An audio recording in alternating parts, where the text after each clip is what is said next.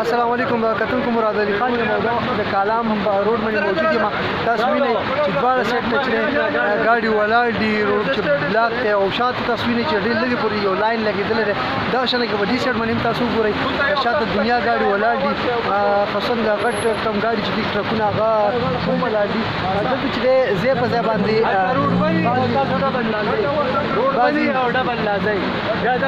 دلته چې دی تاسو کتلی شئ چې رش ډېر زیات دی، ډبل ټریپل پکې هم راځي.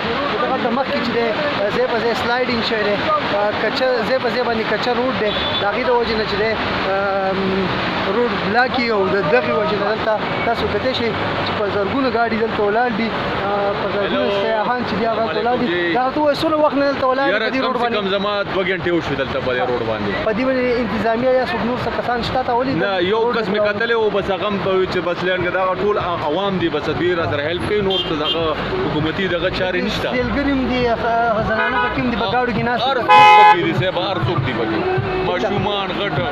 ډېره مننه. تاسو کتلی شئ چې دواړه سایډ ته روډ مکمل جام دی. که څوک په منګوره کې او کالام ته راتلل غواړي نو هغوی ته مې دغه خواست دی چې تاسو کوشش وکړئ چې شپه په منګوره کې هلته تېره کړئ، دلته راتلو کوشش مه کوئ.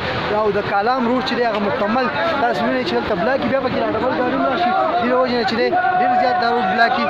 دلته تاسو وینئ خلک چې دی په جمع ګاډي چې دی چټکۍ په لاس وکړي،